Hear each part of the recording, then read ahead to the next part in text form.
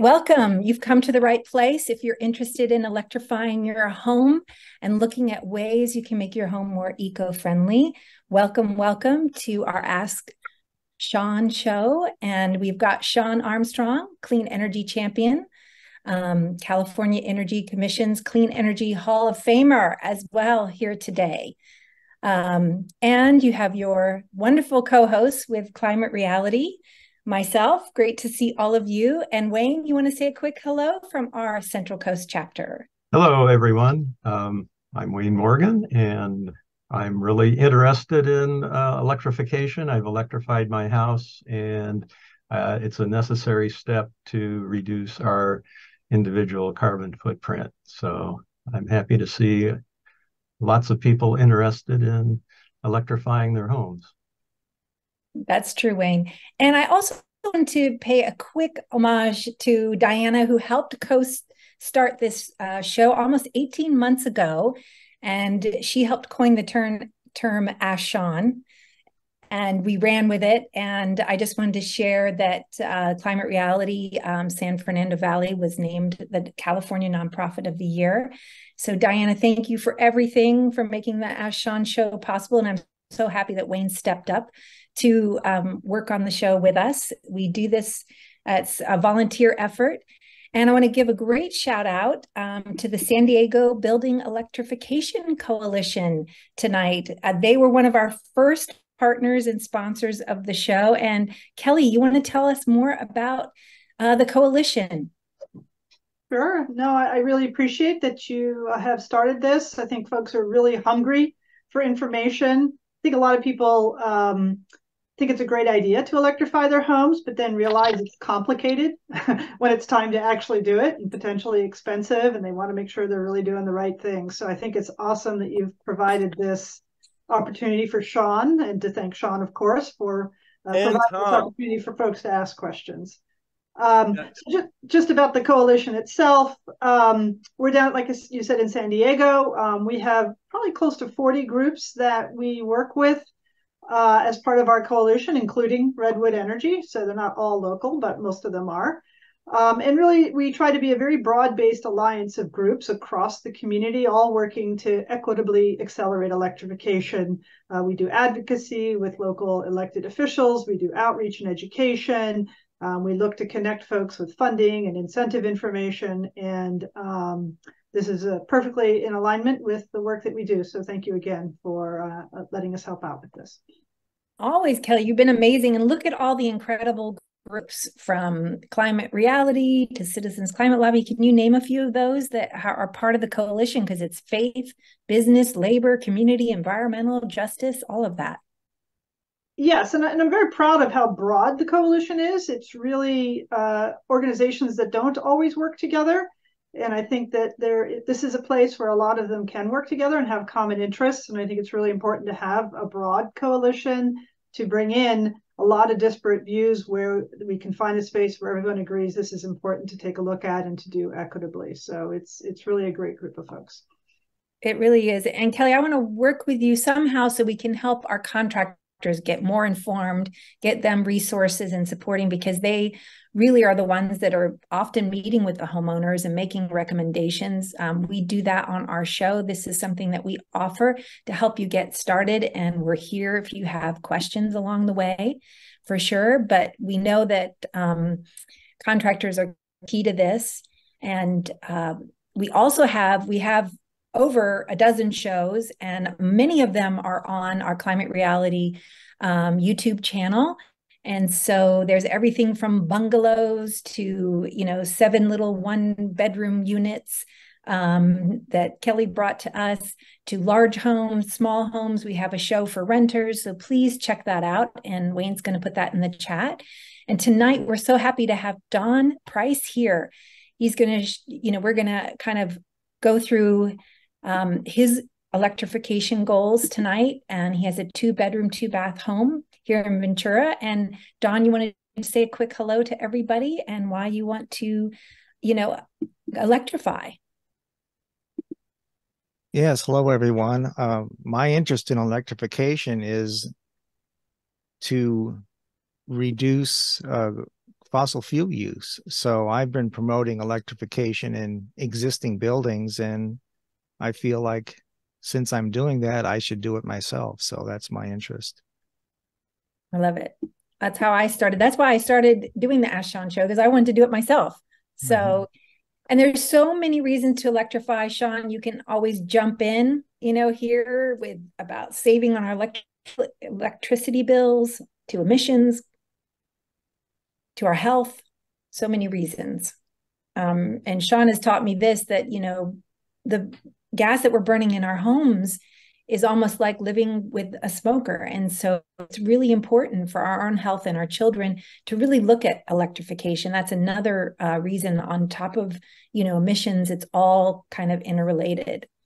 And they've been really connecting gas stoves to childhood asthma and how it increases the frequency of asthma in children.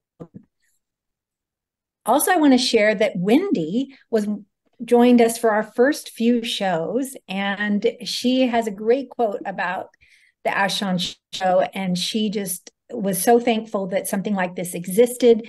She feels like she understands things much clearer. She feels like she can even tell other people what she knows.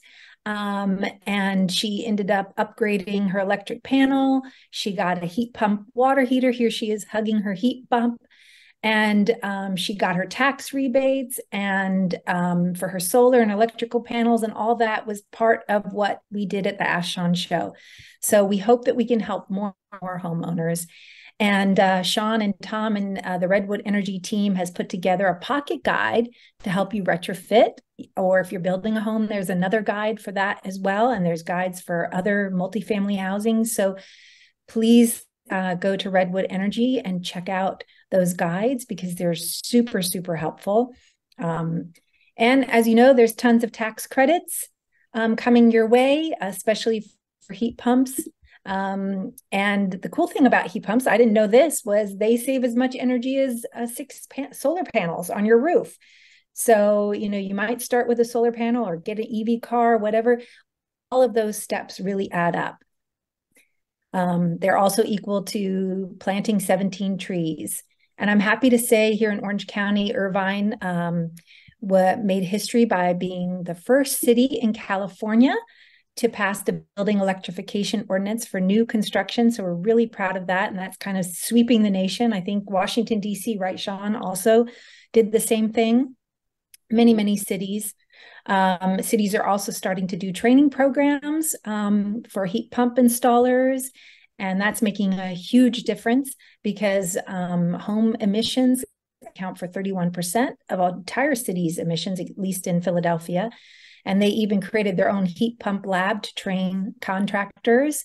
And this was another great story. $1 billion day is being expected to be invested in solar in 2023. And so I'm going to really hand it over to Sean so we can talk about our first case study, and he can kind of update us on some cool electrification news. So I'll hand it over to Sean so he can share his screen, and feel free to start putting your questions in the chat. We will get to them. I love seeing them already. So many great questions already. Thank you so much. And please mute yourself for the presentation, and then we'll open it up for questions soon. Thank you very much, Tristan. And I want to thank you, Tom Cabot, for being here and helping out. So yeah, hey y'all, please do put questions into the chat. We'll get to them all, so you won't be left hanging. So to reiterate, a lot of what I'm showing you comes out of our booklets on our website, redwoodenergy.net/research. And the better of the ones for this purpose is the Pocket Guide to All Electric Retrofits of Single-Family Homes. But there's also a recent guide there for electrifying commercial buildings and high-rises, and another one that's all the different kinds of vehicles and ways you could transport yourself: planes, trains, automobiles, bicycles, scooters, submarines, everything that moves, cranes, construction equipment. It's all their like specific guides. So if you have questions. Now, jumping in, so we're going to look at Don Price's house. It's down in Ventura, built in 1980. It doesn't have air conditioning, hence this like 30, there's 100% heating at 30 degrees Fahrenheit. The house gets warm, but no air conditioning currently. the basics. We have heating and cooling. We have a natural gas furnace up in the attic, a tank water heater. You'll see that in a second. A natural gas range, gas dryer. It's kind of classic. There's an EV in the parking in the driveway though. So they've got level 1 charging, which is the slower kind. You just plug into any outlet. Any outlet can provide 120-volt, 1400 to 1800 watts, level 1 charging. But that means like you're essentially charging about 3 miles of driving per hour. That's how I charge my car, and a lot of people do, but it can be fun to go faster. And on occasion, it's useful. Now, so the goals, we're going to go through getting a heat pump in. They'll provide heating and cooling. The heat pump water heater in the garage. With an induction stove, the heat pump dryers, get to level 2 charging, put some insulation in the attic, and we'll talk a little about solar. Now, it's best to start off with your budget. How much power do you have to your house? Since 1962, all houses in the United States have been required to have 100 amps. And this house has 100 amps. This is the main right here. Tom taught me that this is called center main, because usually you'd find the main at the top or maybe at the bottom, the main circuit, but it says 100 amps. That's what we got, just like everybody else. And then some of these arrows here just illustrating that like there's a dryer that the dryer plug is not being used. So that's space and power, both. But there's also just space, these blanks up here at the top. And then there's some power and some space on the patio here at the bottom, which apparently isn't being used. So this is not a problem house. This is an easy house. Just putting that out there. Now, digging in, here's our gas water heater. It's a 40-gallon tank. It's there in the garage. Great location for a heat pump water heater. They work almost ideally in garages. Here's that dryer we're talking about. And you can see there's a 240-volt, 30-amp plug, which is a lot of power, right behind it, so that if they wanted to, they could plug in an electric resistance dryer. And in the United States, the single most likely electric appliance people will have is an electric dryer. They're extremely common. Like upward of 3/4 of households have electric dryers in our country. California being one of the most gasified states in the United States, with only 8% all electric construction, which is literally at the bottom. That's almost the worst. Worse is 7%, I think, in New York, but like good is 77% in Florida. A lot of people live in Florida. So when Californians are like, oh, people cook on gas, or people cook on electricity, because about 62% of all the stoves in our country are electric stoves. So anyway, here they have the gas stove. We're gonna get rid of that. Up in the attic, here's what a gas furnace looks like, this gas burning box, and you can see some ductwork popping off of it. Here's their car. And just noting here that I learned about this in our pre-setup. I hadn't seen this attachment before, but this plugs into where you plug the car charger, right? This is an attachment that you plug that in. Now you can pull electricity out of your car.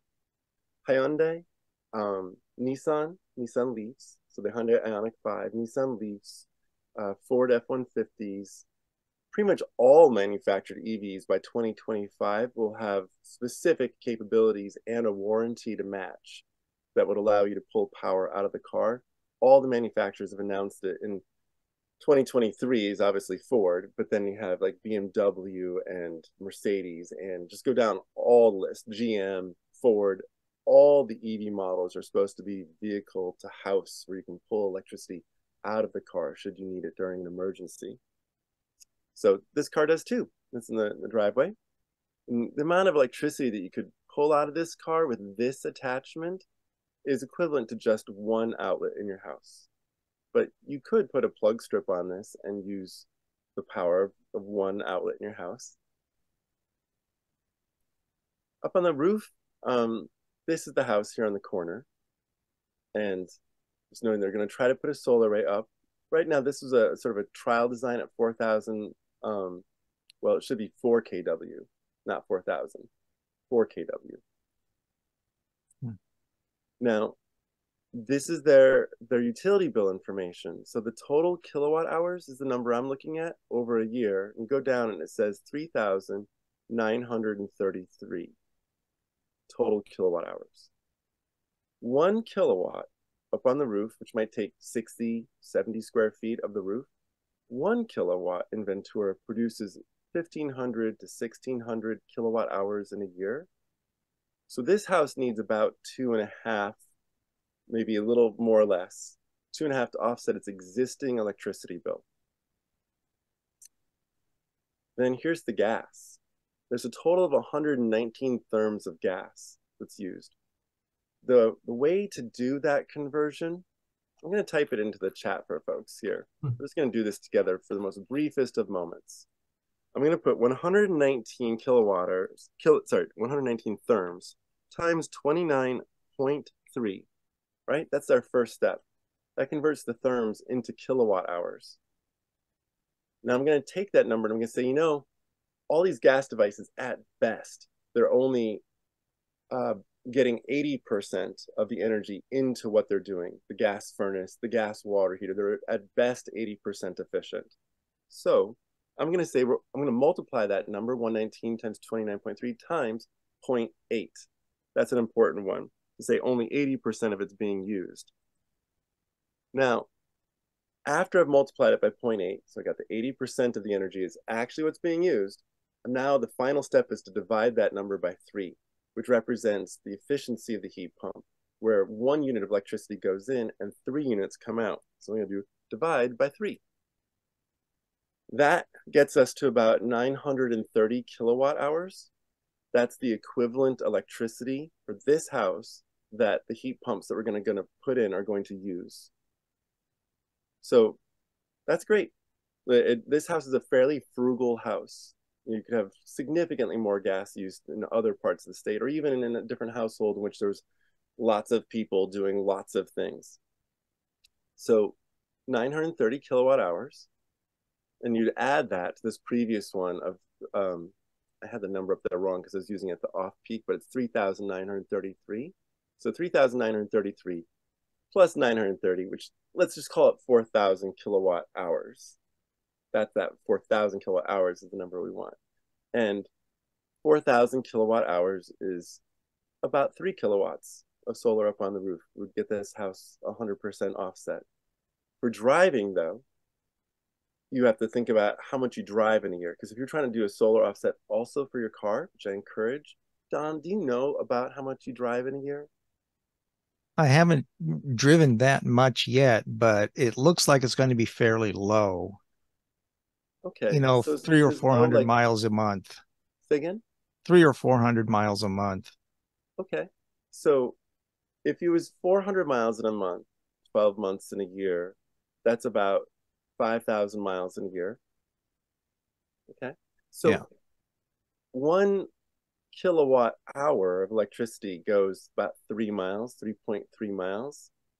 So to figure out how much electricity your car is going to use, let's take 4,000 and let's divide it by 3.3. Does anyone have a calculator handy to do this with us? I'm trying to get my calculator up here, but there it is. I'm going to take that, clear it out. I'm going to say 4,000 divided by 3.3. See, it wasn't a 0.3. Okay. So 1,212. I said before that at 1 kilowatt, about 60, 70 square feet of panels up on the roof, 1 kilowatt produces about 1,500 to 1,600 kilowatt hours in a year in Ventura. And there's 1,200 kilowatt hours that Don's using driving this car around for a year. So he needs about 3/4 of a kilowatt just for the car. Call it 1 kilowatt. Give him a little bit of an allowance. Okay, so now we're at approximately 3.5 plus 1, 4.5 kilowatts of solar up on the roof to offset his car and his post-retrofit house. Now, I'm going to start getting into some of my recommendations, having gone through the house, talked through it a little bit. If I get repetitive, it's on purpose, because I know that people usually need to hear things a couple of times to absorb it. Now, what we're trying to do is help Don avoid going through a service upgrade, which is a new blue wire. You're looking at this illustration. The blue wire is called a service. It provides electrical service to your house. It is a certain thickness so that it doesn't catch on fire. And that thickness is then, it's for enough for 100 amps to go through it. That thickness of copper, 100 amps of electricity could come zooming through it all at once and it would not catch on fire. But say 150 or 170 that was coming through that same wire, it could catch on fire. So in order for safety, if you're using more than hypothetically 100 amps on your house, you're supposed to then get a bigger wire for safety.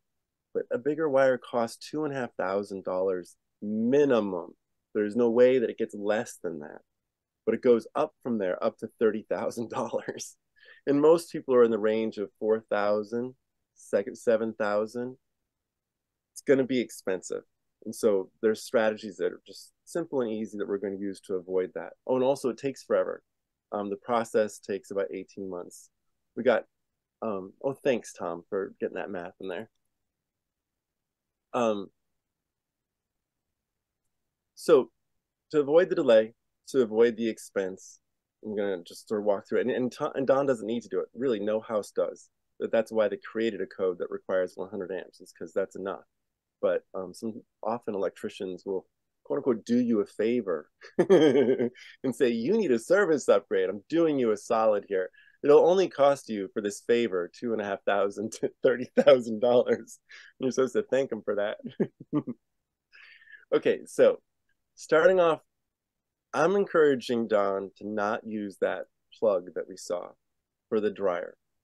That's a 30 amp 240 volt, which totals out to 7,200 watts. It is a very energy intensive thing to do, to dry laundry as fast and as hot and inefficient as the way an electric resistance dryer does. The rest of the world does not use electric resistance dryers. Most of the rest of the world uses condensing dryers. So on the right-hand side, this is a condensing washer and dryer. That's the common technology everywhere. China, Japan, Europe, all of it. What it does is it saves room because you only have one box doing two jobs. And the one box, the condensing washer and dryer, it doesn't exhaust air. Instead, the wet air is chilled inside the machine to get the water to condense out. So yes, there's an electric resistance element in there heating it up, but it's not a lot of power. It's about 1,400 watts, not 7,200 watts. So much, much less power, but it does have a lot of efficiency designed into the machine. So the upshot of it is that it takes 2.5 to 3 hours to dry laundry, as opposed to an hour and 15 minutes in electric resistance dryer. At least that's my experience. I have both. I have a condensing washer dryer and an electric resistance dryer next to it, because I have 3 children and a farm and a mom that lives here. And it's like, sort of like, okay, the way this will work ideally is that we can dry 2 things at once. Now in the middle, this is a standard electric resistance dryer, but it's 120 volts, so you can plug it in anywhere, but it's not efficient. So it blows the hot air out, doesn't like recycle it and pull the water out and just keep the heat in there. And it's going to be the slowest of the ones you see here.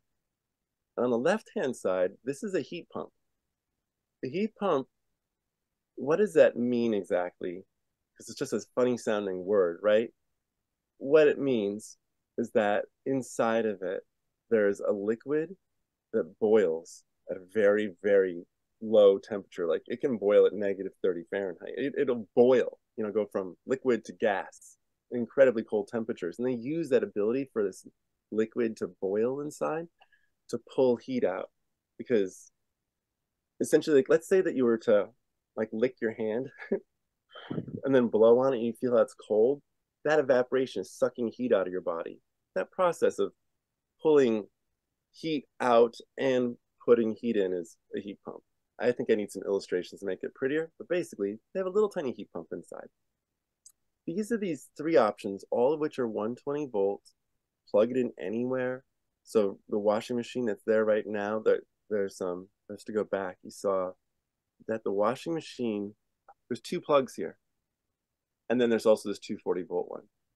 And I'm suggesting that you get a machine that plugs into one of these 2 outlets so that this amount of electricity can be used, for instance, for your stove. Now, going back to this here. There's your dryer options. There's more, but these are like the three basic options. And next are water heaters. These are all 120-volt water heaters. Plug it in anywhere at water heaters. Since about 2015, I've been harassing Rheem and A.O. Smith, the two main manufacturers in the United States, to make a heat pump, that water heater that was 120 volt, because I was running out of power. I was trying to do electrification retrofits of apartments, which don't get even 100 amps. The code doesn't require it for them.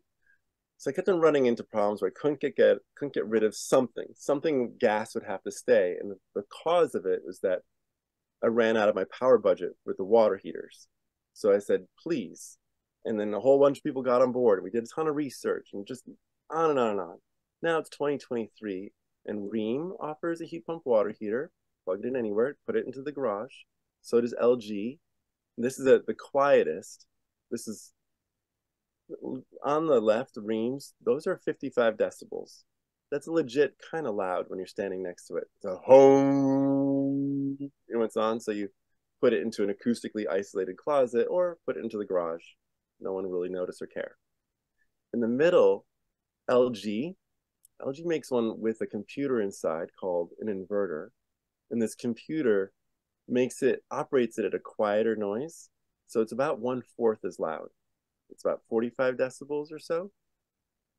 And then A.O. Smith has done a similar, not the same job. They don't have an inverter in it, but they also have about 45 decibel noise through a variety of strategies that they put into it. It ends up not being quite as efficient as having a computer, but it's quiet.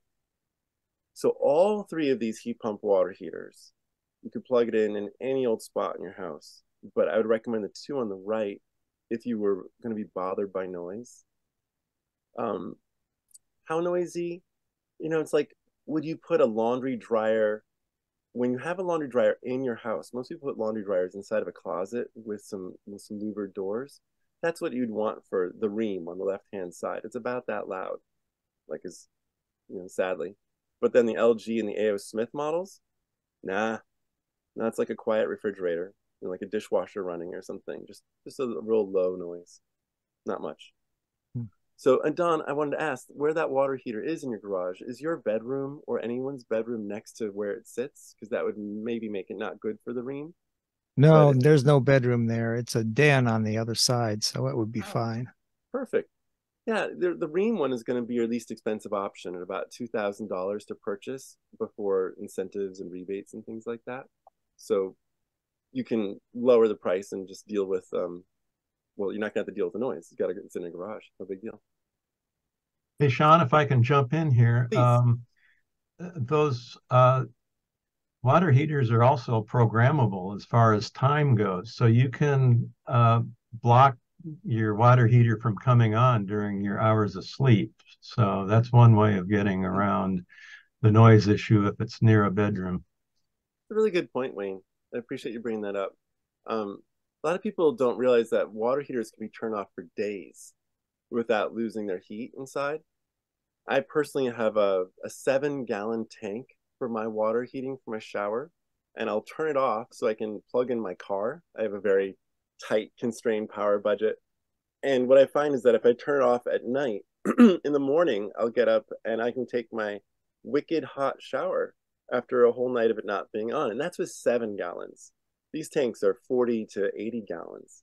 So many days before you'd run out of water. So yes, Wayne, you could definitely time it so that it was not an issue. Oh yeah. And thank you, Tom, for bringing that up. Tom is pointing out that the A.O. Smith on the right-hand side, a unique feature of it is that it has top attachments. See how there's this little tube up here and this tube right here? Those are the cold and the hot.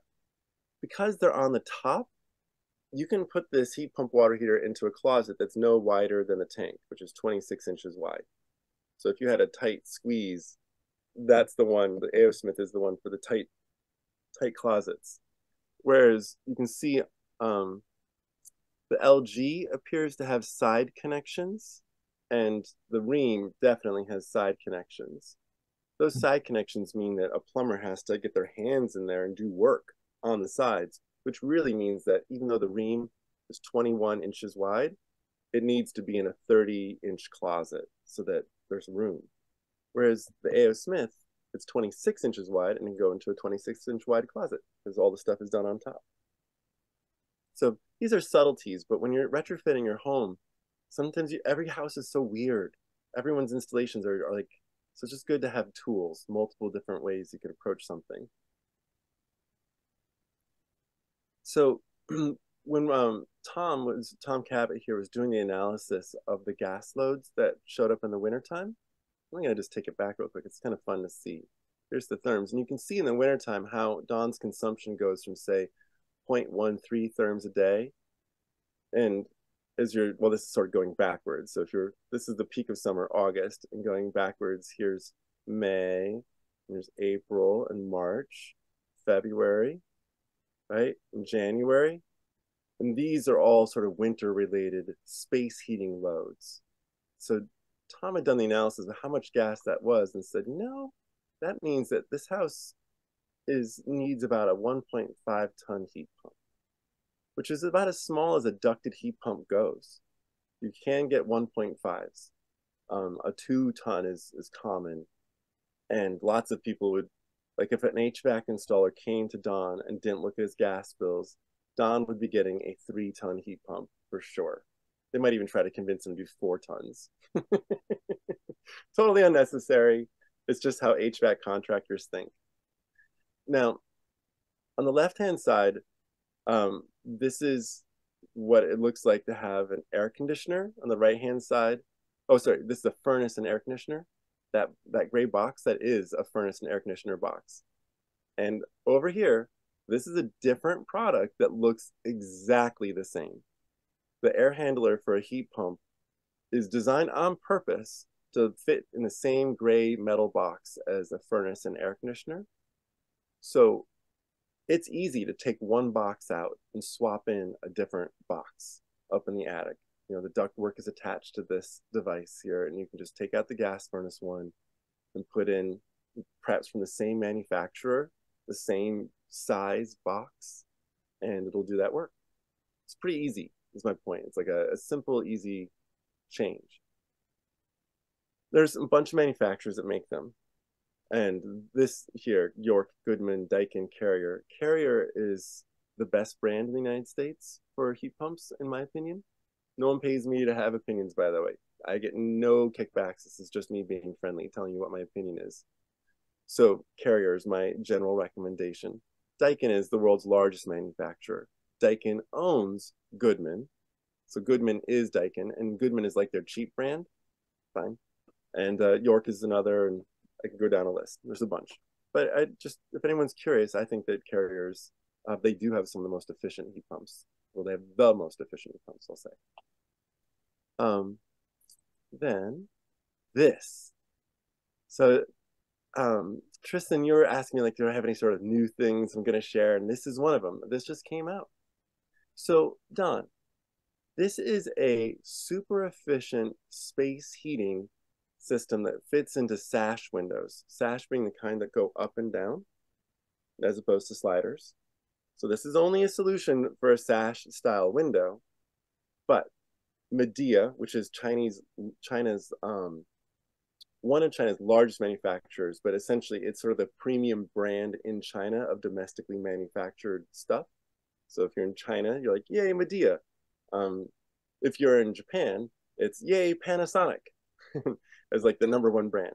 So Midea, super high quality. Love their stuff personally. I've bought a bunch of different Midea heat pumps over the years. And this is what's called a saddle bag. So you fit it over, you open up your sash window and you fit it over the windowsill.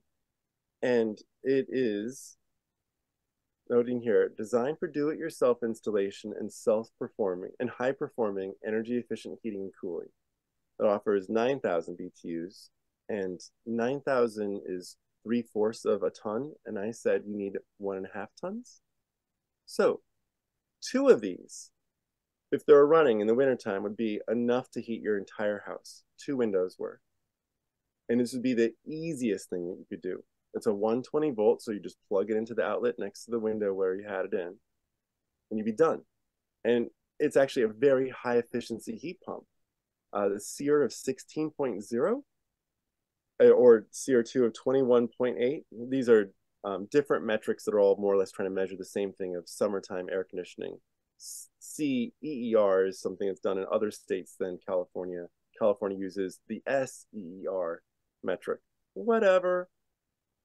But 21.8 SEER2, that means this is an air conditioner that is among the most efficient air conditioners you can buy. I guess this goes into a window, but I'll say it again. Like most SEER2s are in the range of 12, 13, 14. At 21.8, this is as good as any of the best systems you can get of any type. This is a really premium high efficiency heat pump, even though you might think that it's just like, well, I can get it at Home Depot, so it's kind of junky, right? No, no, this is an awesome heat pump. It was designed to meet in 2017, I've been going around to conferences for many years and meeting with manufacturers and cities to try to progress electrification products. So I wrote the specification for this that was then parlayed into NYSERDA, the New York State Energy Research and Development Agency. NYSERDA then put out a competition based upon the spec, and this is one of the winners. So I'm very pleased after all these years, like, yay, my idea came through. So you could do this, Don. 2 of these things, you'd be done. And so true for anyone else. So then your stove. Most people, and it would be normal for you to take out this gas stove and run a 50 amp, 240 volt circuit to that spot. It would be the biggest amperage draw of anything that you have in your house, potentially. Now, the replacement that I'd recommend would be from Samsung. That's the cheapest one. $900 now on sale today, I found. And it's it's 4 burners on top. And the reason I like this one particularly is because it has a very big burner. It has an 11-inch induction spot on the top right-hand side you can see. And Frigidaire, which also makes an inexpensive induction model, they have an 8-inch, not 11 inches, 8-inch is their largest, which is just not that big, actually. So I'm a big fan of the Samsung. They were early entrants into the induction market. But let's say, Don, you wanted to have something a little fancier. You can spend thousands of dollars on induction ranges. Up to $22,000 is the most expensive induction range I've found. It's one of those ones with 4 ovens and 6 burners on top, that kind of nonsense. But even this one on the right-hand side, the Big Chill, this is a retro-looking induction range for $6,000. So I don't know where your budget is, but I've tried to give you, the brackets. $900, get a Samsung. It's a really good product. I just got one from my grandma's house about a mile away. Side story. A reason why you might want induction, particularly as you age in place, is because all of us get a little bit more forgetful as we age. The consequence of being forgetful when you have a gas stove or an electric resistant stove is if you leave it on, you can light your pan on fire. When you have an induction range, it doesn't get that hot. I mean, it gets wicked hot enough to fry food, but frying food happens at about 350 degrees on the pan, and a gas stove is burning at, say, 1400 degrees. And you're trying to keep the flame from melting the pan. But if you walk away, a gas stove will melt a pan, as will an electric resistant stove. They can melt aluminum pans and light your house on fire. So when my grandma nearly lit the house on fire a few weeks ago, she's 102, right? She walked away. So my mom and I immediately went out and got an induction range to replace the electric resistance one that was there. That was dangerous. It could get too hot and it made the house all smoky, and that's terrible for people's health. If you have like a Teflon lined pan, Teflon is hard plastic. If you burn plastic, you never burn plastic and breathe plastic, right? Everyone knows that. Well, if you burn your pan with plastic on it and you run over to the stove to try to get the pan off, you're inhaling plastic, and it's terrible for your body. It poisons you with dioxin. So as a safety measure, you could get an induction range. And Tristan, at the early beginning, she was mentioning how they are like gas stoves produce the same amount of air pollution as about 2 packs of cigarettes a day. People think that, oh, is that true? And then, yeah, there's studies since 1995 continuously showing that it's about 2 packs a day of cigarette smoking. If you look at the flames, you realize like, that's a lot of fuel I'm burning. If you think to yourself, well, there's no visible smoke, so therefore there is no smoke. You're forgetting that invisible things are only invisible to our human eyes. When I turn an infrared camera on it, when I have chemical sensors on the wall, it's just like the amount of burning that happens with an idling car. It's about the same amount of gas. And you would never, right, put the exhaust of a car in, like hose it into your kitchen, just thinking like, sure, I live life that way. I just burn cars in my kitchen. So this is, just keep that in mind. There's nothing dirtier in your life. That is the #1 source of formaldehyde in your life is your gas stove. It's the #1 source of benzene, 2 intensely cancer-causing agents. And it's also the #1 source of nitrous oxides. Even if you live in Ventura and you have filthy outside air quality during smoggy days, that filthiness is in the range of like 60 to 80 parts per billion of nitrous oxides. One dish on a gas stove, I just said 60 to 80, right? One dish on a gas stove gets you to 120 parts per billion. And if you cook a full meal, you're at 400 parts per billion. And outside on a terrible smoggy day is 60 to 80 parts per billion. Your gas stove is the source of the most pollution that you have in your life, unless you work at an industrial site or something really crazy. Gas stoves are very bad for your health, very bad for your children's health, bad for your pet's health. Anything, a lot of the chemicals, they're heavier than air, so they sink down around your feet. And so dogs, cats, babies, all of them get hit even harder than you do.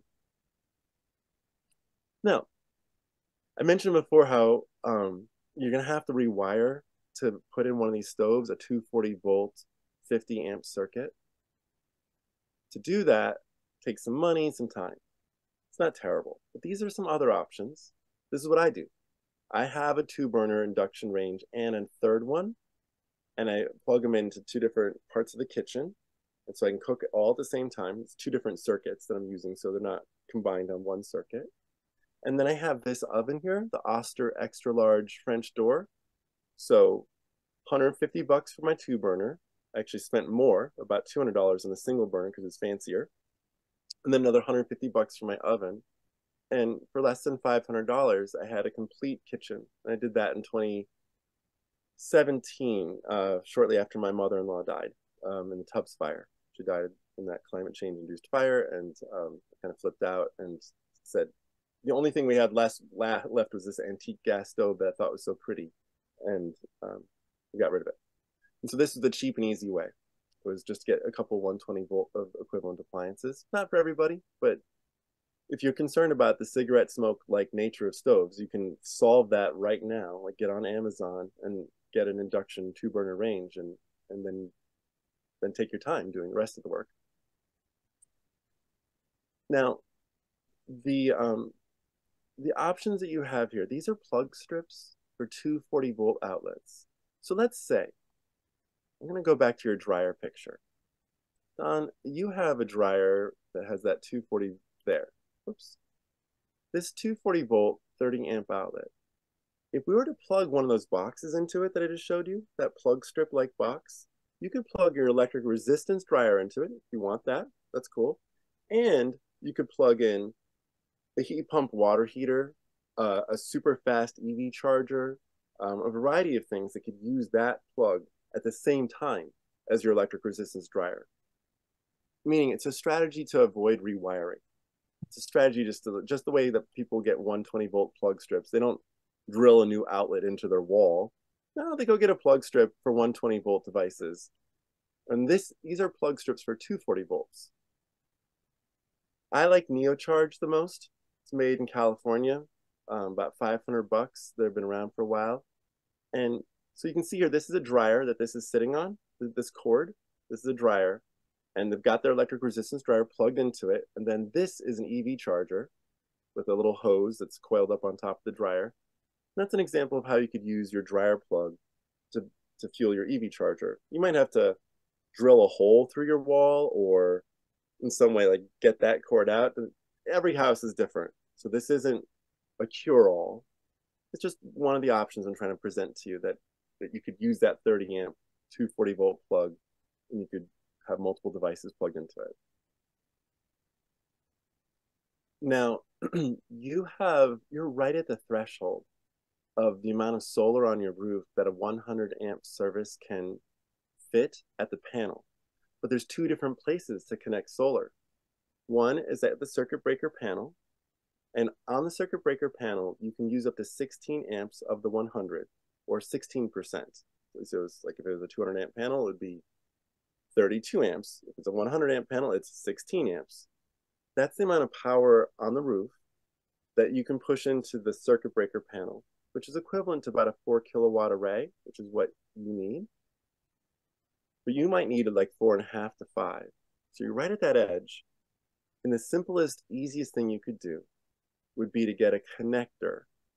So this is also called a meter collar. This is the meter, this device here. I'm gonna throw you back to the first image to remind you that you own, where is that thing? There. You own everything that's red. They own the meter itself, that little round thing, and they own the wires, but you can put something behind that blue circle, the meter collar. Going back to it here, there. This meter collar, you can plug not a 4 kilowatt array, but a 15 kilowatt array in. If you plug it in at the meter, or differently put, about 63% as opposed to 16%. 16% of the circuit breaker panel, 63% of the power at the meter. So putting a meter collar in allows you to put in a 15 kW PV array, or, not and, but or a really fast DC supercharger. This is a place you can plug in something way faster than you could plug into your 100 amp circuit breaker panel without running out of space. So the connector, full device, like I said, it's designed for both EVs or for large solar arrays. Different strategy. This is, you'd replace your circuit breaker panel, the 100 amp circuit breaker panel that you have, and you put these 100 amp circuit breaker panels in. But these are special because they're smart, quote unquote. So what they can do is they can take not 100 amps, but 400 amps of stuff can get plugged into your 100 amp service there. And you can just luxuriate in the sheer amounts of things you can plug in without having to worry about a service upgrade. These are made in San Diego, the span. Genius is made up in Canada, not exactly sure where, but they're two competing good equivalent products. Don, do you have a question on that? No, not at the moment. Thanks. So almost at the end of the ideas that I had for you here. Now, one of the questions you had is how to deal with the battery. And, you know, we talked about how you already have a Hyundai Ioniq, and that Ioniq is designed, like in other countries, people are using the Ioniq now as their home battery. And you had, like, you could use it for a home battery for just like 120 volt, or just a little few things to plug in. But these chargers up here, Enphase, Wallbox, Asiaco, Nuvve, these are all examples of bidirectional EV chargers where your car battery is your house battery. And the car battery can also become a grid resource. You think of how your solar array dumps electricity into the grid. Well, car batteries can provide that kind of electricity into the grid, even more, in fact. The sheer amount of battery that's there is much more power than even a very large solar array, like a 15 kW solar array. That's huge. Most people only have 4 or 5. Well, these can charge into the grid 10 to 20 kW. So it's equivalent to a really big solar array's worth of power in the moment, as well as the fact that they store so much energy. So the F-150 Lightning here, you got a used one for $57,000. And then you put $10,000 worth of fancy chargers, because this here, this is only one part of it. In fact, if you were going to afford to be able to power your house, there'd be a few more devices on the wall. So that's why I say 10 grand. But look up here. The same amount of electricity stored in an F-150 Lightning, which is 100 kilowatt hours for the base model, 100 kilowatt hours. A Tesla Powerwall is 13 kilowatt hours in it, so therefore you need about 7.5 of them to equal an F-150. The price of this, $130,000 installed right now. It's average in California is $1,300 a kilowatt hour installed. So 100 kilowatt hours gets you $130,000 versus $67,000 for the same amount of electricity stored, same amount of power in the moment. So this is the future. Tesla is the only company who's refusing to make their cars bi-directional because they sell stationary batteries that fit on walls. All the other EV manufacturers are running for it. They think we're selling huge batteries and we just need to be able to let them get energy into the grid. So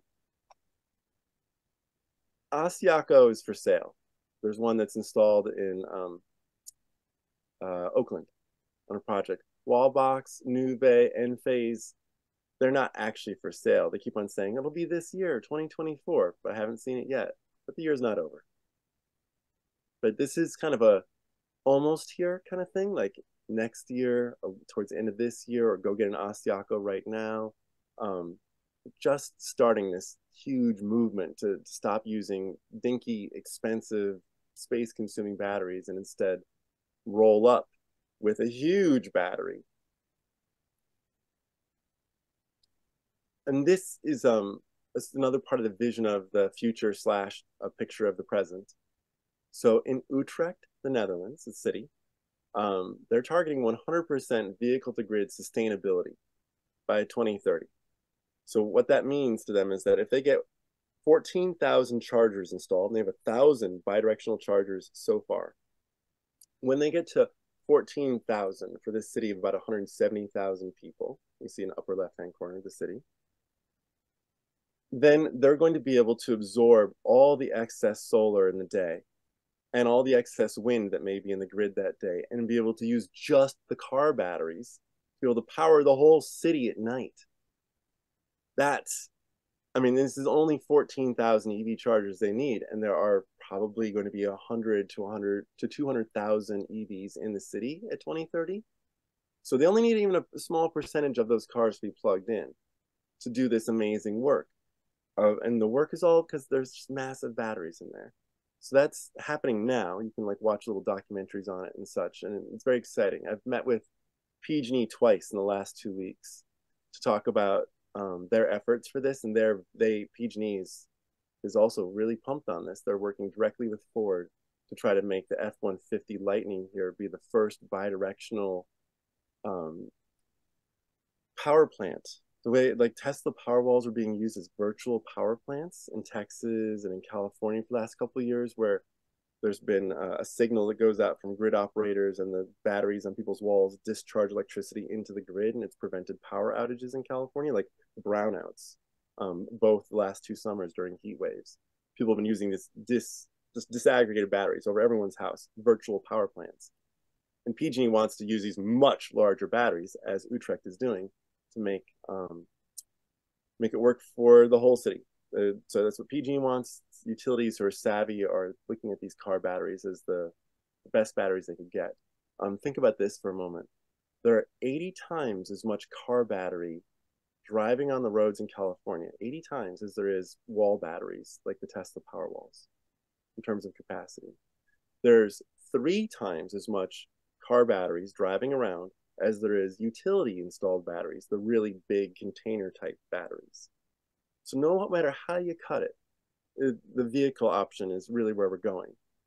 Now, there were a couple questions about how to Inflation Reduction Act. So I wanted to clarify that there's 2 options that are for home electrification in the Inflation Reduction Act, and one of them is easier and more applicable than the other. This is the easy one.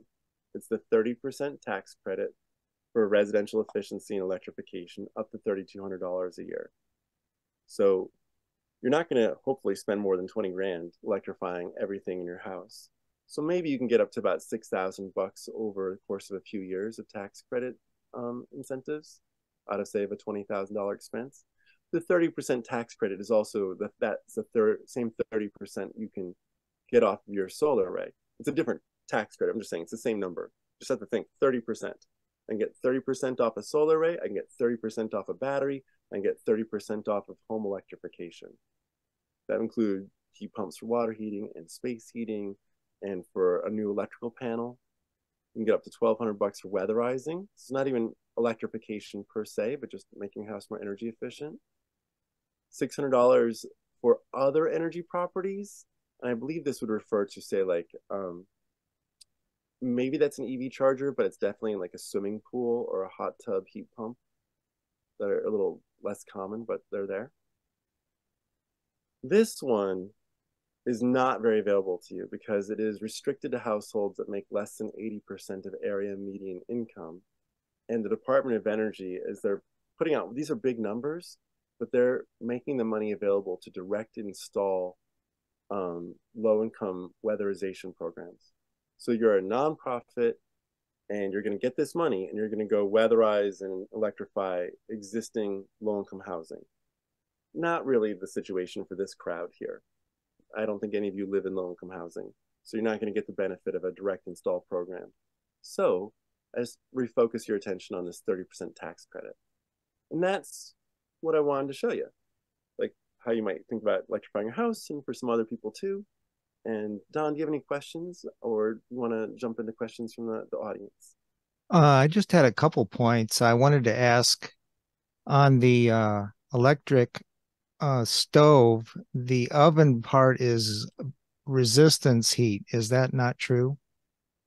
Electric resistance? It depends upon the oven. So some ovens are gas and some are electric with a gas stove, but mostly you have a gas oven with a gas stove.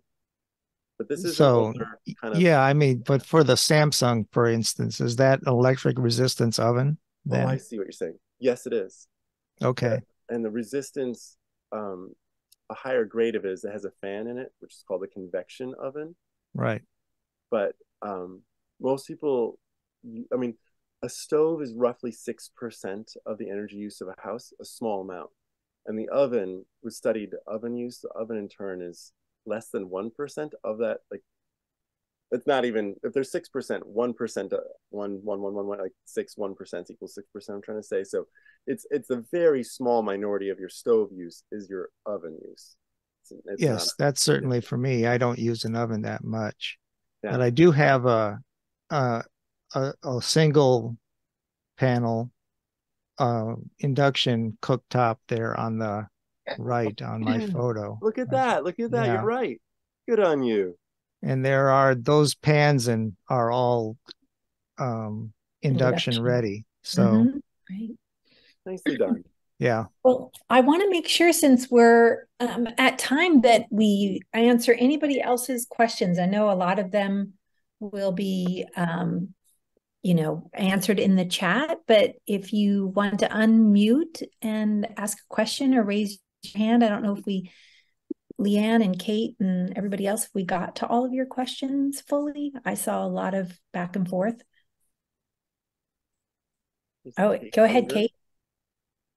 Yeah, I actually have two questions about induction stoves, and one is, what is the model of that Samsung? And then the other is about the costs involved in wiring, because you're saying $500, and I got a quote for almost $2,000, which was not only for the 240-volt outlet, but also for running wiring dedicated to the panel. And they said, no, you definitely need that. And of course, some of the cost is also the permit. So, it's maybe about $1,500 for the wiring. Yeah, that's an absurdly high price. The wiring is going to be a few hours of their time, and so if you have to figure out, like, what are they charging for? But that's why I would encourage you to get multiple bids for any piece of work that's significant like this, because 3 bids is the rule. I used to run bids for a big construction company, and you could see widely varying amounts, like hundreds of thousands of dollars of difference between different contractors for bigger projects. But it's always like, wow, how do these guys come to such different numbers? So Is it true that the wiring should run from the stove to the panel? It should be a dedicated line. It just shouldn't cost that much to do it? Yes. Yeah, Okay. it does need to be a dedicated 240 volt, 50 amp circuit. And that is just basically a thick piece of copper wire. And, if I'm trying to think, like, how could they do that much work? But do you have a crawl space underneath the house? Like, have you figured out how they're going to physically get that wire from where it is to the panel? There's a crawl space, and they said it's partly based on the length and the cost of the copper wire. So it's like, 20 feet plus running up from the crawl space to the two spots, and then capping off the old gas. Right.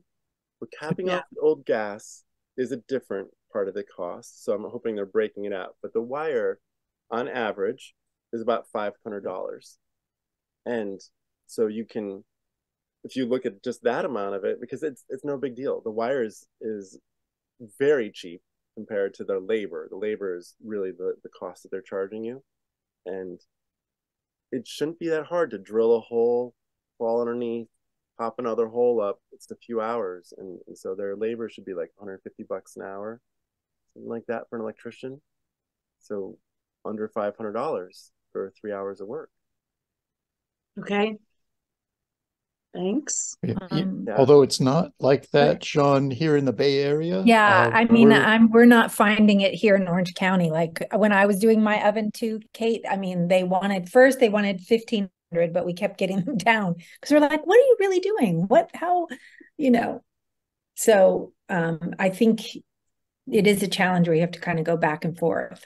But Wendy has a good comment where she paid $1,200 to run that dedicated line. In the San Mateo study, we were finding 1,500 was pretty common for running that cooktop circuit. So they're definitely making a lot of money at it, and cost of living. Well, and the thing is that in the United States, the Bay Area is the most expensive place to build. Period. There's no place more expensive. So getting numbers from the Bay Area, like San Mateo County, that's Silicon Valley. There's no place more expensive to do anything. And so Tom's numbers make total sense there, but not really for any other part of the country. I call it revenge of the blue collar. Yeah. They deserve some money too.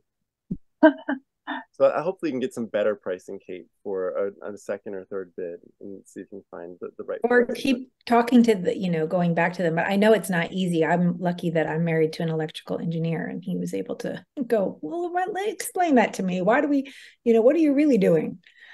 And then That's they were part like, of it. Go ahead. What was the model of this Samsung? Let me, one second here. Let me take it out, and I have to go into the internet here for just a second because I had the model That's up. fine.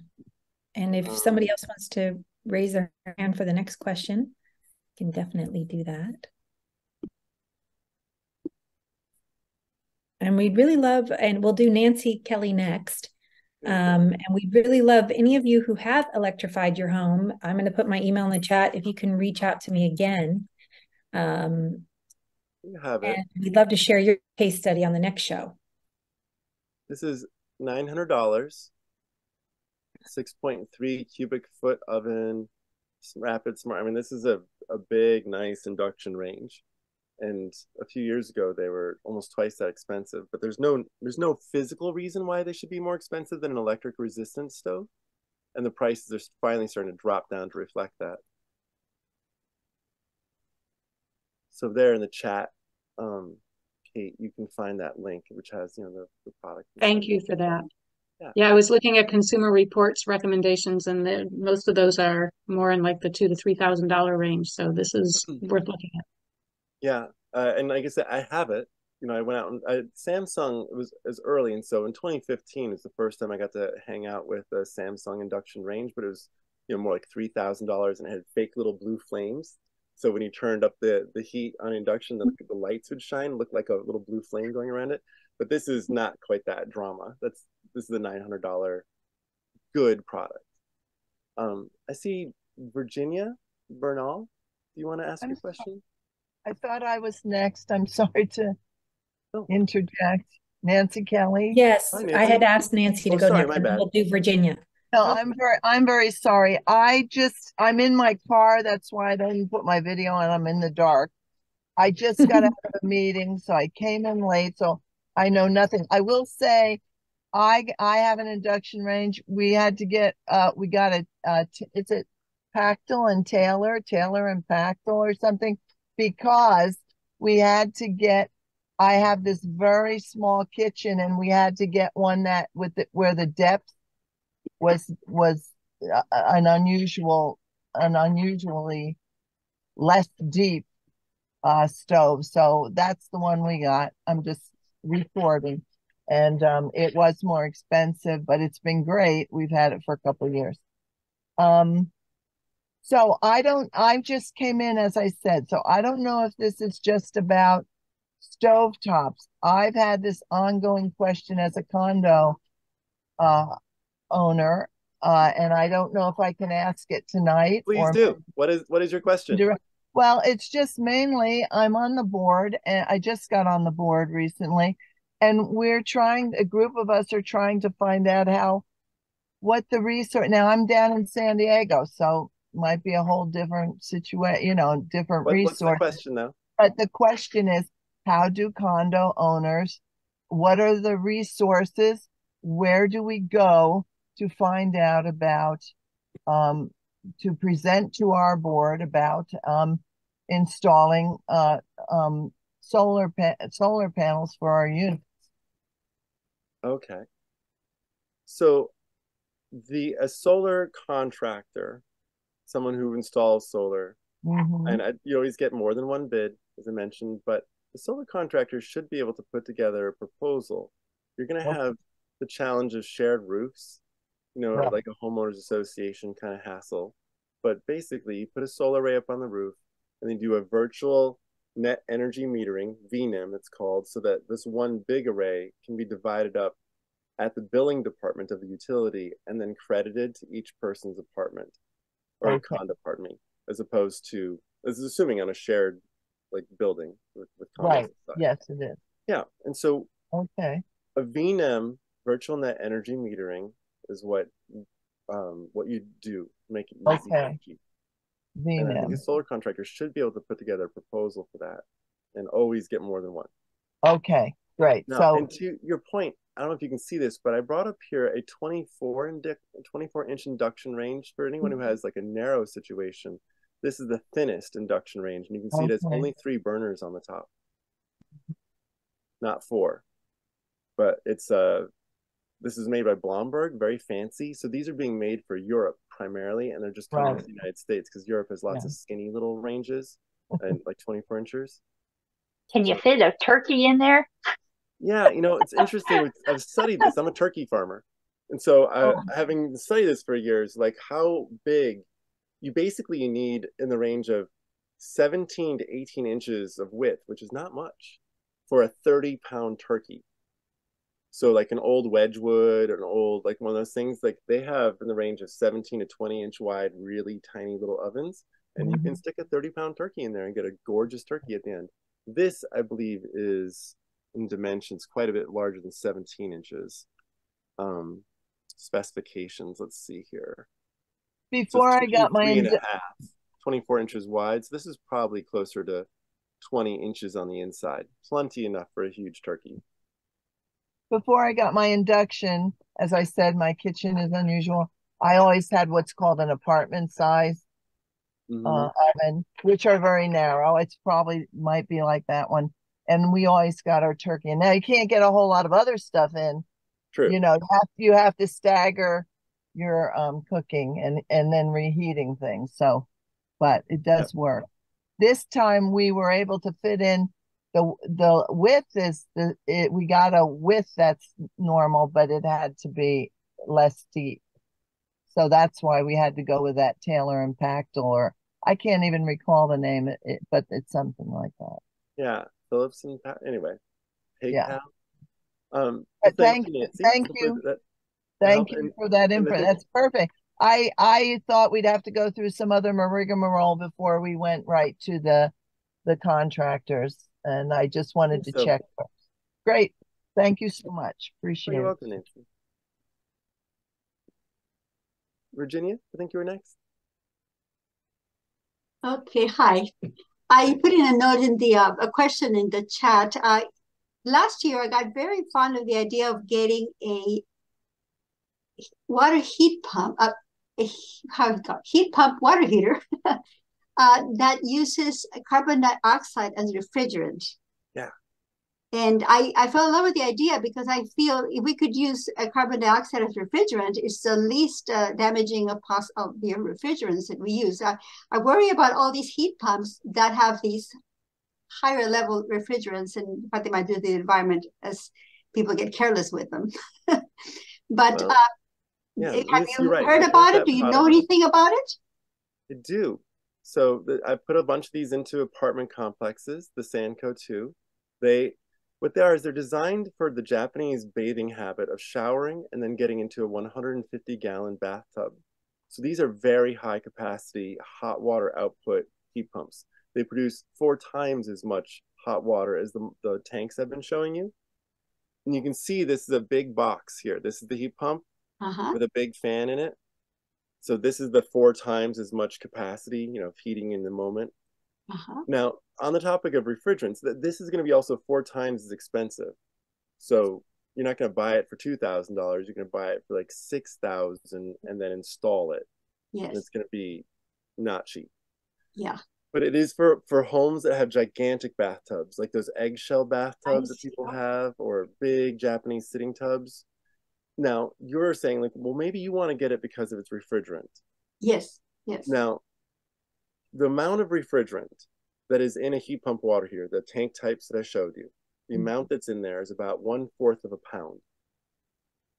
So in that range of like 4 to 5 ounces, like in your hand, 4 ounces or so of weight. That is so little that if it were to leak all at once, like you just damaged it and you let all of that leak out, that amount of catastrophic loss would not even equal the amount of methane that is being leaked from your methane water heater, your natural gas water heater. But even though it's like 600 times or 300 times the, greenhouse. This is the thing we're running into, is that we're discovering that methane is a far more powerful climate change agent than we realized. And it is responsible for about 40% of climate change in the world is leaked methane, not burnt. So, or differently put, how about this? The amount of climate change that's caused by a gas water heater is roughly 100 times worse every year than the amount of refrigerant that's in a heat pump water heater. About 100 times worse. So, while it's important, like refrigerants out there are nasty stuff, they are 1% of the problem of burning. So it's like you wouldn't not electrify because you have refrigerants in your heat pump water heaters that, should a disaster happen, would cause some damage in the world. Because it's really unlikely that they're going to leak. They're a closed system, factory sealed, everything's kind of nice about them. And as long as they don't leak, then you're 100% better as opposed to 99% better. Okay, so this one then you don't recommend because you think it's just more powerful than I would probably need. I know they have a 40-gallon tank. Yeah, here's that 40-gallon tank. Yeah. And it is more powerful than you probably need. Okay. If you have money, have fun, But I use these for, like one of these water heaters, I will pair with 7 tiny houses for homeless veterans. And they never run out of hot water. Just with that one thing. So it's like 7 households worth. And I've done as much as one of these water heaters to 12 apartments. But maybe Virginia wants to be the neighborhood water heater. And you need everybody's water.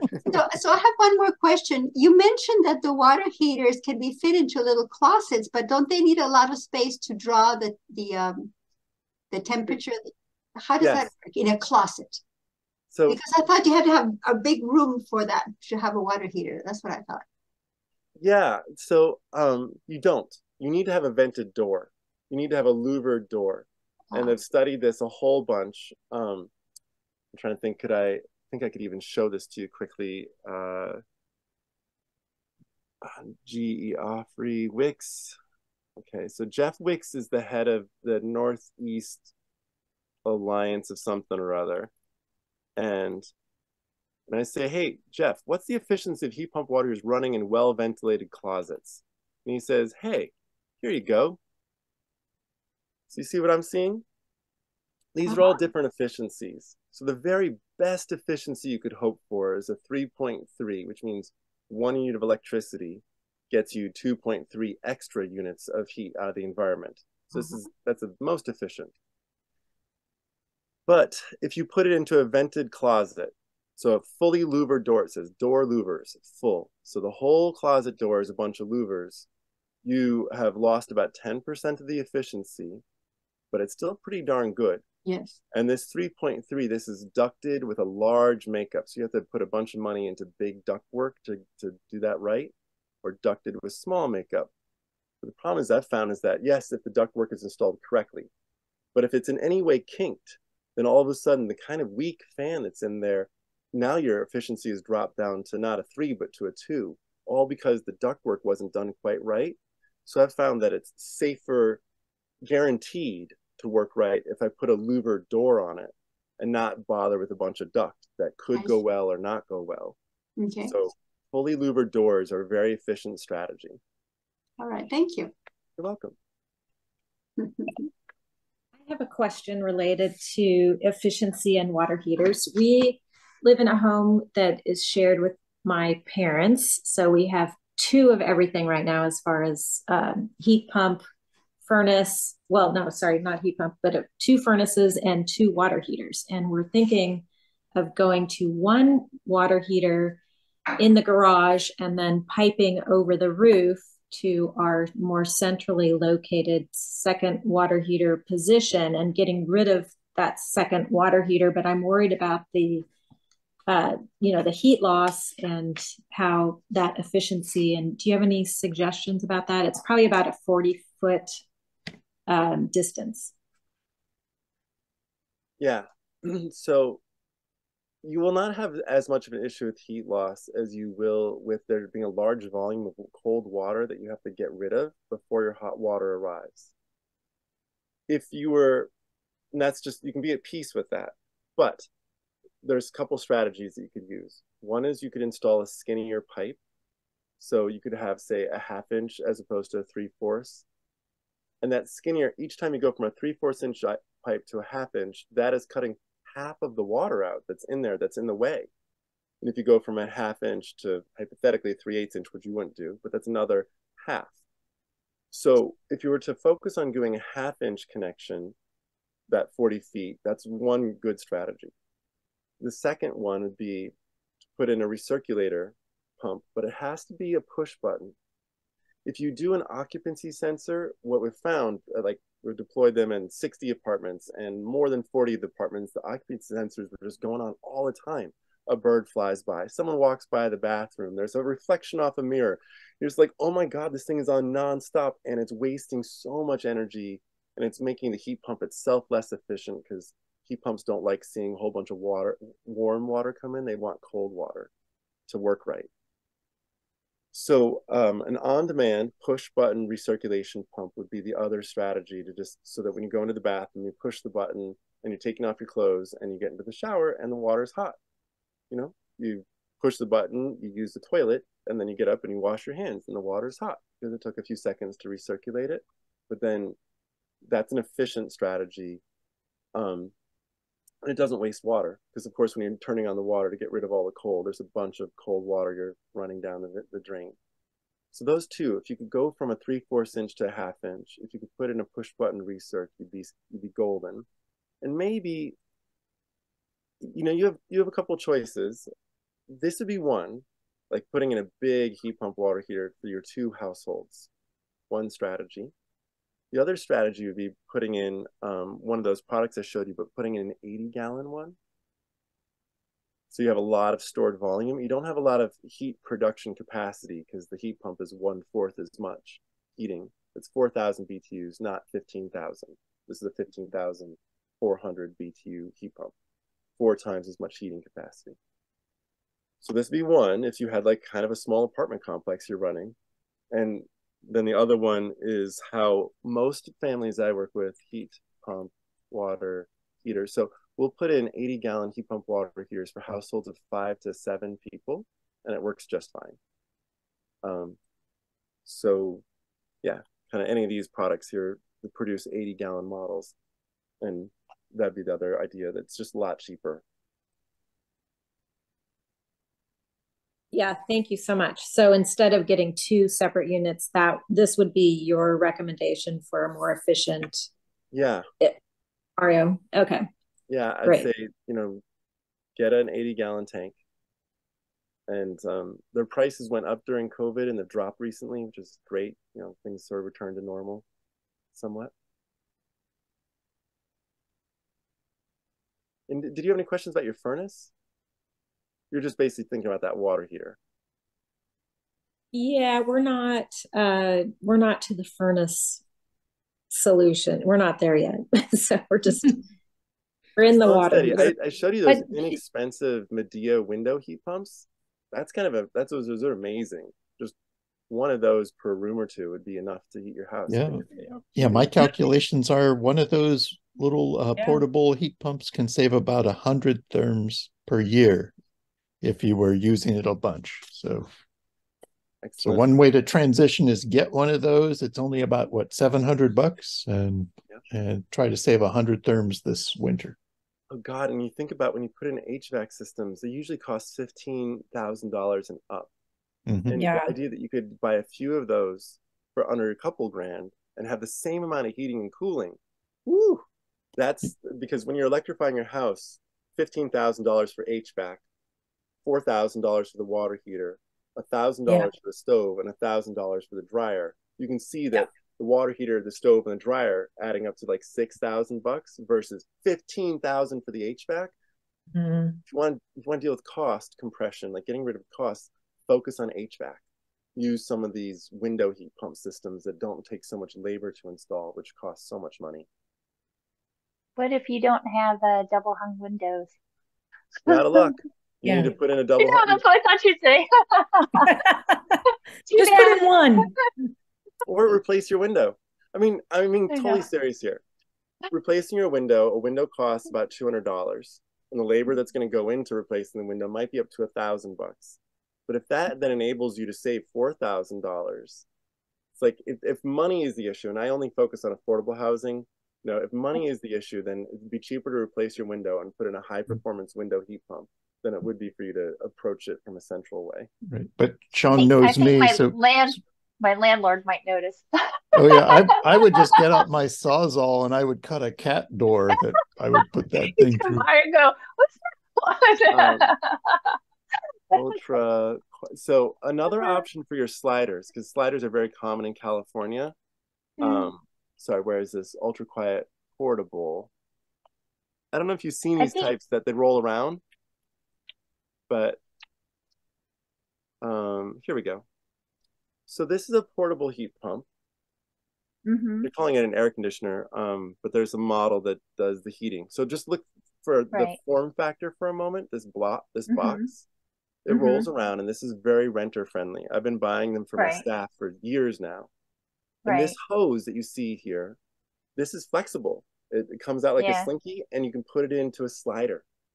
And so this is a way of getting you efficient, quiet heating and cooling. And I'm trying to find this is the one. High efficiency, ultra quiet with heat up. So it says with heat. I'm going to put this into the chat. And I have one of my staff lives in Los Angeles, and she nurses her baby next to this air conditioner in the summertime, and it's quiet enough that it doesn't wake the baby.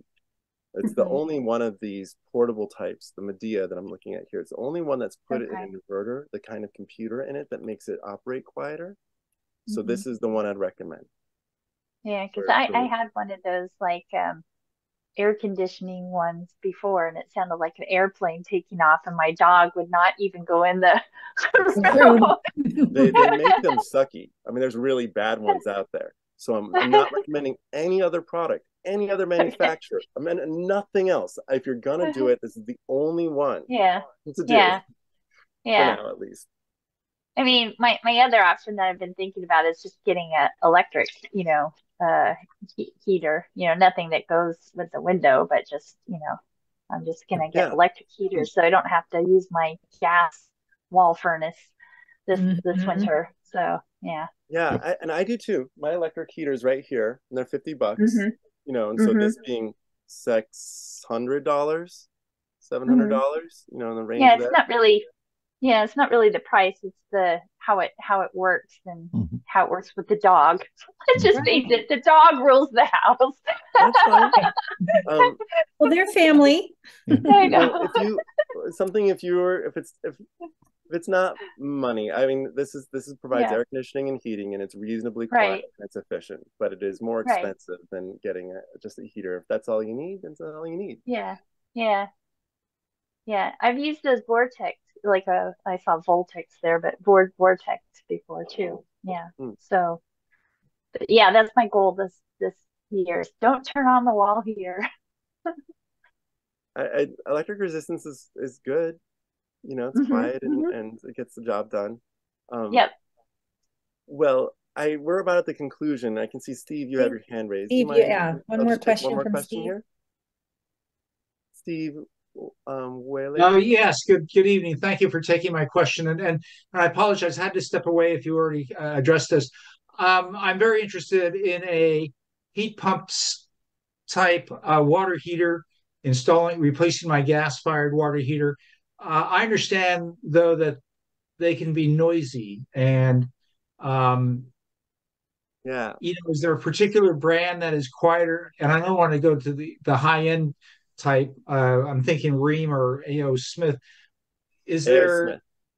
Go get that. So the Rheem tank, this tank here is literally 10 times as loud as the A.O. Smith over here. So this is 55 decibels, and this is 45 decibels. And decibels are a logarithmic scale, so it's essentially 10 times. Your brain adjusts, so it only feels like 4 times as loud because of the squishiness of our brain's hearing and such. But the upshot of it is that the Rheem will sound like it's 4 times as loud as this A.O. Smith model over here on the right. And it's their 120 volt tanks that are coming out. I'm going to bring that up and put it into the chat for you real quick. A.O. Smith 120 volt heat pump water heater. Let me get this there it is. A second. Yeah, up in Northern California here, it may not be the best option yet. Why is that? The 120 volt. Why would that not be a good option? Well, it doesn't have the horsepower to heat the water as quickly as a 240. So I'm told. It'll have the same heat pump in it, the same heat pump. What it doesn't have is electric resistance backup. Right. So the heat pump is doing the heat pump work. And really the question comes down to where is it installed? Because if it's pulling heat from the inside of the residence, that's a good thing. It'll always be doing just fine, winter and summer. If it's outside, then it's going to produce less heat in the wintertime. And you would do well to have an 80-gallon tank then, because it'll have days, 4 or 5 days of water stored. So it can heat water up during the day really well when the air is warm, and it won't do it as well at night in the wintertime. But that, I think that if you chose the A.O. Smith Voltex, sorry, here, I meant to be sharing my screen with the other one. New share. I put it into the chat. This product here. So the A.O. Smith Voltex 120 volt, which is in the chat, it's the quiet one, and you just get to choose. Like, I have a tank like this. On Christmas, like on the coldest nights of the year when I have the most demand, I can run out of hot water. But that's it. Like, I just every once in a while in the wintertime, I run out, even though because it's not working as efficiently because it's cold outside. Every once in a while, it's a problem. But like once or twice a year is not a big thing. I grew up with a 40-gallon tank, 3 siblings, 2 adults, and we ran out of hot water all the time. and so I'm having a much better experience with my kids than I had. And I have a heat pump water heater that, that gets less productive in the wintertime. Right.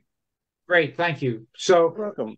But there isn't any new developments that will quiet them in total. Because I understand that, depending upon your piping, that you may hear it through the piping itself. Well, okay, so the A.O. Smith Voltex hybrid means the hybrid is they have electric resistance backup, and A.O. Smith is still much quieter than Rheem is. Mm-hmm. So, they're pushing their 120 volt products here, but they are also selling their electric resistance hybrid. Mm-hmm. And so I'll put this into the chat so you can make choices. You're looking for a quiet one, go to A.O. Smith. If you're looking for guaranteed heating no matter what season, what time, because that's what you want, then get an electric resistance hybrid. It'll be 240 volts. They'll take 30 amps. And these other ones are 120 volt and don't take really any amps. They just plug into any old outlet. So it's, you have choices. There's different values that your choices will reflect. Very good. Thank you very much. You're welcome. Now with that, I need to get some dinner, and I have a friend who got COVID from me. And so I've got to go over to her house and take care of her while she's taking a bath. Getting through it. Thank you, Sean. I got a lot of good information. I appreciate it. Yeah, I'm so glad, and please email us. I put my email, if you're like, oh, I can't remember this, or I have another question on that, we want to help you in the meantime. Yeah. So please reach out. Thank you, guys. And this was recorded, so the recording will be available on the Climate Reality Orange County YouTube channel. Excellent. Yes, and I will reach out to you guys with a quick email too.